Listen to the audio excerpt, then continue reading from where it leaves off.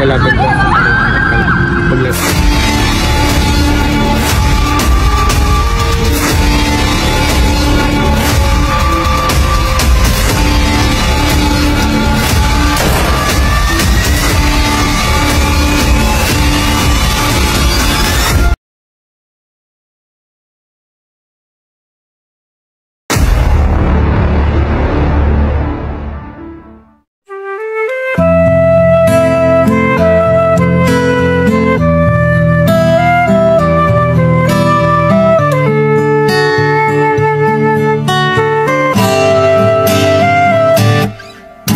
Tungalay ko marana para sa dalagang walang kasing ganda. Amoy rosas ang nalimuyak kung nanaisin ng tadhanang mapalin lang. Di hahayaan mawala pa tayo na sana.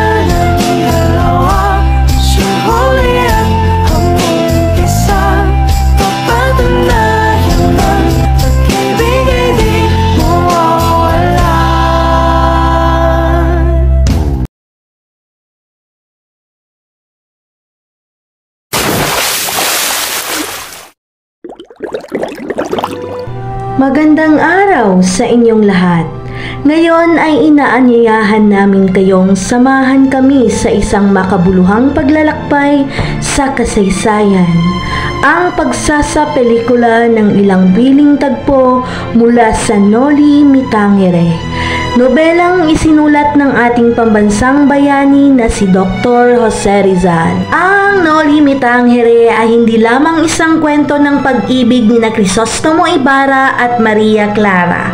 Ito ay isang salamin ng lipunan noong panahon ng pananakop ng mga Kastila. Puno ng korupsyon, pang-aapi at kawalang katarungan. Sa pamamagitan ng aming munting pagtatanghal, layunin naming ipakita ang mga mahalagang aral at kabayanihang dala ng nobelang ito. Huwag nating patagalin pa, narito na ang aming presentasyon ng Noli Me Tangere. Naway inyong maibigan at mapagnilayan.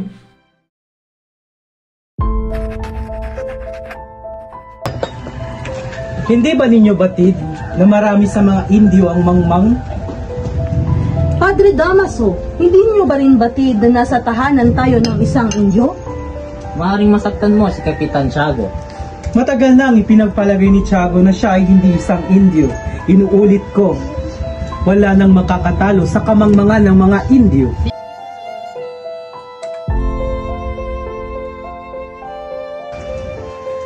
Mga kaibigan, ikinagagalak ko ipakilala sa inyo ang dahilan ng pagsasalong ito ng nasira kong kaibigan na si Crisostomo Ibarra. Kagagaling niya lamang sa Europa. Buenos dias a todos and sa mga kura ng aking bayan at sa patalik na kaibigan ng aking ama, Padre Damaso. Tama ka, ako nga si Padre Damaso. Ngunit, kailanmay ay hindi ko naging matalik na kaibigan ng iyong ama. Nga ba ang anak ng yumaong sirang ka Ibarra? Inyong lingkod, Sr. Turing. Maligayang pagdating. Naway, maging mas mapalad ka kaysa sa iyong ama. Maraming salamat po. Nakahanda na ang hapunan.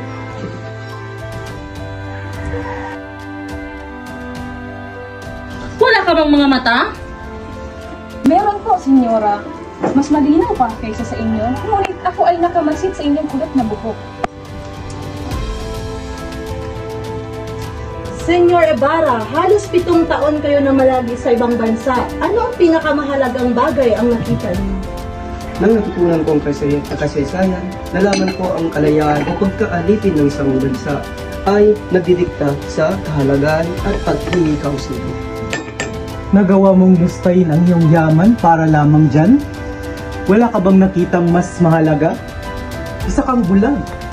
Kahit ang isang bata ay alam niyan. Papasalamat ako, palagay ang dating tura sa akin.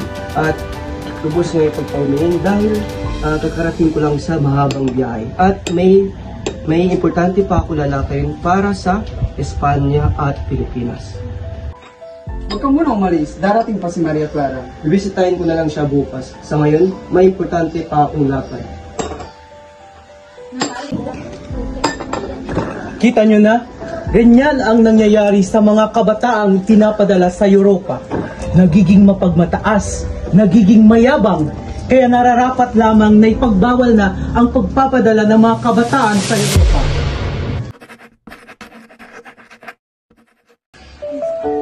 Bakit kaya wala po siya? Magandang araw, Tia Isabel. Magandang araw sa iyo, iho. Maupo ka muna, iho, at tawagin ko sa sandali. Maria Clara, si Tia Isabel mo ito.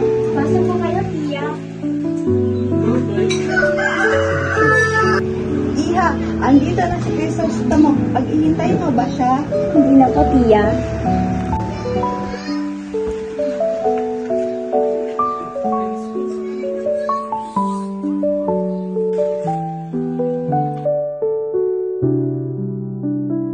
Mahal ko, alam mo bang ako'y isang mapalad? Kapalad? Bakit dahil sa mga babae? Mapalad dahil pinagpasya ng ating mga magulang na ikasal ako sa pinakamagandang babae na ngayon nasa aking harapan. Kinuwala mo pa ako. Wala si Crisostomo. Patawarin mo ako kung ako'y magpapaalam na kailangan ko nang umuwi sa San Diego sapagkat bukas ay araw ng mga patay. Sandali lamang. Iaalay mo ito sa iyong mga magulang. Salamat, mahal ko. Mag-iingat ka, mahal ko. Marahil nagutom ng mga anak ko. Hindi ko sila hayang magutom kaya naganda ako ng masarap na pagkain.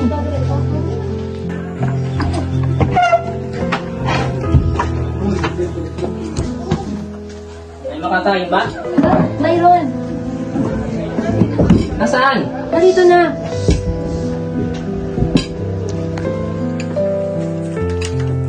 Yan ang natira? Ngunit paano ang mga anak mo? Bakit? May reklamo ka? Wala. Teka, nasaan ang mga bata yon? Nasa gubento pa, darating din sila. Sandali! Hindi mo ba sila hintayin? Bakit? Inutusan mo ko? Alis ako kung kailan ko gusto. Kawawang mga anak ko, magsasaing na lamang ako ulit. Ito po ba kami na? Basilio, ano nangyari sa'yo? Bakit ka nagatan? Tumakas na po ako sa kumpento, inay. Takot po ako. Ang sigas-sigas po. Bakit? Anong nangyari kay Crispin? Nasaan na siya? Naiwan po siya sa kumpento, inay. Hindi pa po siya pwedeng umuwi dahil pinagbintangan po siyang nagnakaw. Ano? Inakusan ng mabait kong anak? Na si Crispin dahil sa mahirap lang tayo, kailangan natin magdusa? Inay! Bakit, Basilio? Nagugutom ka? Halika, anak. Heto ang kanin, anak. At tawilis, kumain ka, anak ko. Ngunit hindi po ako kumakain ng tawilis, inay. Alam ko, anak, naghanda ako ng ibang ulam kanina, ngunit dumating ang iyong ama. Dumating si itay? Oo. Pero umalis din po siya kagad, hindi po ba? Basilio. Patawad, inay.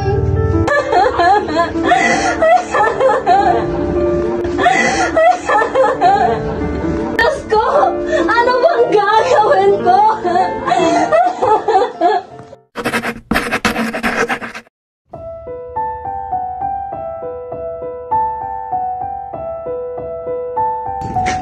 Nasaan ang mga iyan, Ale? Para sa kura, nais ko na sana siyang makausap. Walang kura ngayon. Tungkol saan ba yan? Hindi ba kasi umuwi ang anak kong si Crispin? Si Crispin? Kung ganon ikaw ang ina nagmagnanakaw? Hindi! Hindi magnanakaw ang anak ko! Sa katunayan ay papunta ng Guardia Civil sa inyong tahanan upang huli ng mga magnanakaw mong anak. Hoy! Ina na nga magnanakaw! Huwag mong iyakan ang mga anak mo! Wala kang mapapala sa kanila, malas na sa kanilang ama! Hoy! Ikaw ba si Sisa? Ang ina ng mga magnanakaw? Opo, ako nga ho si Sisa, ngunit hindi po magnanakaw ang mga anak ko! Huwag mo nang ipagkaila! Hindi nila magagawang magnakaw, maniwala kayo! Huwag mo nang ipagkaila! Ilabas mo si Crispin! Senyor, ilang araw ko na akong hindi nakikita si Crispin! Sinungaling! Senyor, kahit paminsan, nagugutom ang mga anak ko. Sinungaling! Pero kung yan ang gusto mo, ikaw na lamang ikukulong namin hanggang sa uli mo ang mga anak mo sa amin. Pero senyor, wala ako talagang ninakaw ang mga anak ko. Maniwala kayo, huwag niyo akong ikulong. Halika na dito! Sige, dyan ka! Bubulog ka dyan hanggang hindi mo sinasabi. Ay, labas niyo ako dito. Kasalanan mo ng kura! Dito. Pakawalan niyo siya! Wala siyang kasalanan! Wala na siyang gagambalain! Kung gusto ng kura na maibalik sa kanya ang ginto, manalangin na lamang siya kay San Antonio!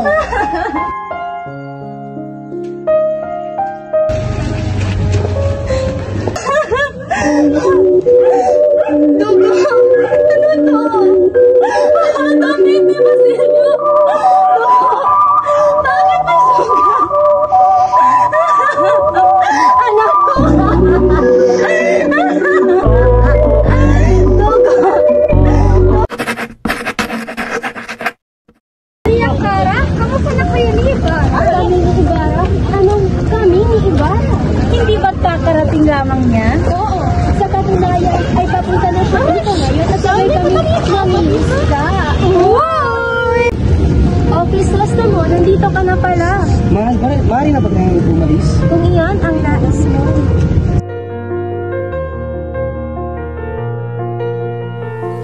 Malayo pa ba Nako, hindi po, senyorita. Ilang sandali na lamang ay makakarating na tayo doon. Ano ang bagay na yun?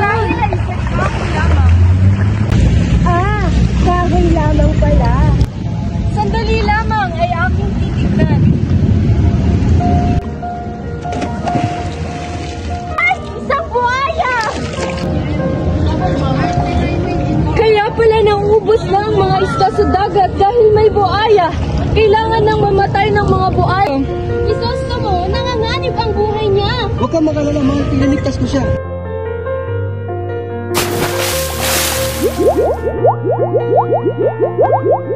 Nasaan na sila? Baka nanganganib na ang buhay nila.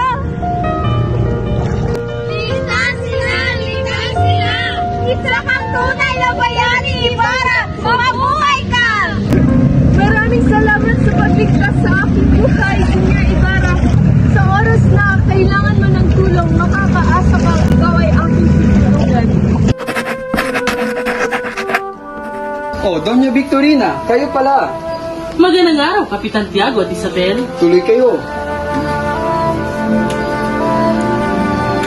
Mukhang may kasama yata kayo. Oo. Ako nga pala si Alfonso Lina. Magandang araw din sa'yo. Kumusta na ang kalagayan ni Maria Clara? Wala pa rin pong pagbabago, Lord Tiago. Halina't pumasok tayo sa kanyang silid. Pala Padre Damaso, nasa kanyang silid, nagpapahinga.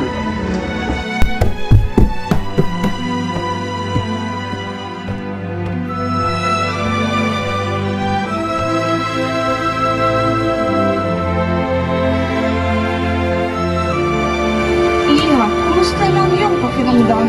Sumasakit pa rin po ang ating ulo, Doktor. Doña Victorina, siya ba si Maria Clara? Oo, Alfonso. Siya na yung sinasabi ko. Tunay nga talagang napakaganda niya. Buti pang masilabas mo na tayo upang makapagpahinga na si Maria Clara. Mabuti pa nga, Doña Victorina. Magpagaling ka muna. Opo, Padre. Oh, Victorina, sino yung kasama mo? Padre Damaso. Siya po si Alfonso Linares, ang iyong inaanak. Inaanak ng aking bayan? Ikaw na nga ba ang anak ni Carlitos? Opo, Padre. Nandito po siya, Padre, upang mahanap ng kanyang mapapangasawa. Ang mapapangasawa? Madali lang yan, Iko. Magantay ka lamang.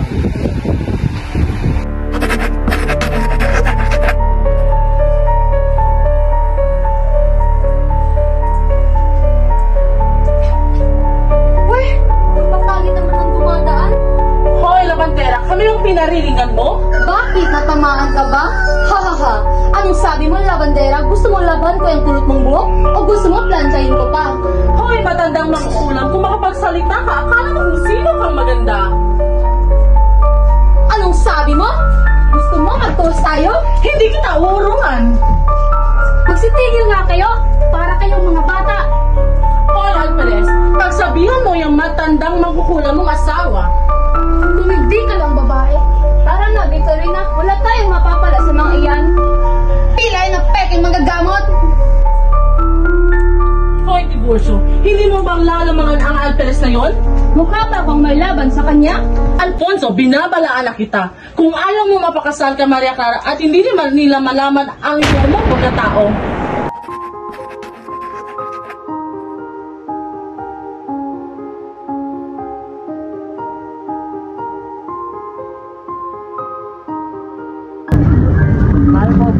Gusto mo? Tulungan ako ni Nela sa makatakas. Hindi masama ang loob ko sa iyo, mahal ko. Ako ang patawarin mo. Hindi ka dapat humingi ng tawad. Kaya nasisiguro kong mag-aalinlangan ka sa akin kapag nalaman mo. Nalaman kong ano? Ang tunay ko, Ama, ay kinasusukaman mong si Padre Damaso. Ano? Paano? Lagi mong katandaan, mahal mo. Ay, saan kong sama? Ito lang ang pipipigil ko. Mahal ka. Bahala kaya, Clara.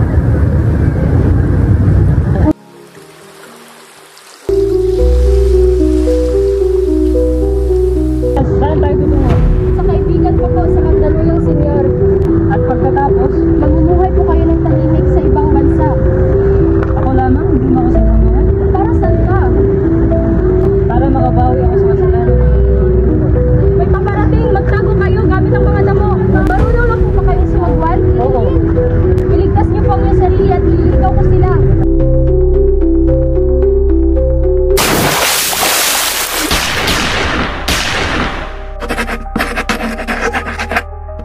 Hindi! Hindi maaari! Mahal ko! Anong ibig mong sabihin, Iha? Masaya na po ba kayo? Anong ibig mong sabihin, Iha? Wala na siya! Patay na si Crisostomo! Wala na ang taong mahal ko! Ngunit, Tanging si Ibarra lang ang mahal ko! Walang iba! Hindi ko man si Alfonso at hindi ako magpapakasal sa kanya! ngunit, Iha. Kung itutuloy niyo pa rin ang pagpapakasal sa aming dalawa, magpapakamatay ako! Patawarin mo ako, Iha. Patawarin mo ako kung nangimasok ako sa buhay ninyong dalawa ni Ibarra. Patawarin mo ako. Magbumungha na lamang ako! Yan ang kagustuhan mo, Iha. Isa sa lahat ng aking kasalanan,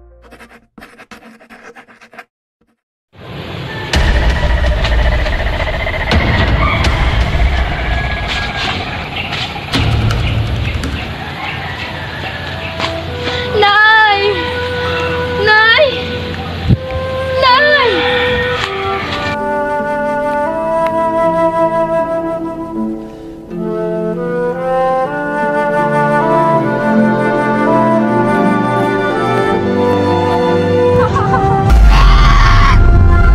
Basilio, nasa na kayo? Inay, si Basilio po yung anak ko. Anak? Hindi kita anak! Hindi kita kilala! Sa akin, Inay. Ako po si Basilio. Ako, Inay. Ako nga. Inay! Inay! Bakit niyo po ako iniwan, Inay? Inay! Sino po kayo, Ginoo? Anong gusto mong gawin sa iyong inay? Gusto ko po siyang ilipin sa simenteryo, ngunit wala po akong pera. Baka naglaho ito pang gamitin para panggato. Hindi na rin ako magtatagal. At sa sandaling mangyari yon, Sunugin mo ang aming mga katawan hanggang sa maging abo. Hukayin mo ang kayamanan at gamitin mo ito para sa kinabukasan mo. Opo, Ginoo. Baka ng kahoy upang gamitin para panggato. Hindi na rin ako magtatagal. At sa sandaling mangyari yon, sunugin mo ang aming mga katawan hanggang sa maging abo. Mamamatay akong hindi na masisilayan ng araw. Ang bayan ko.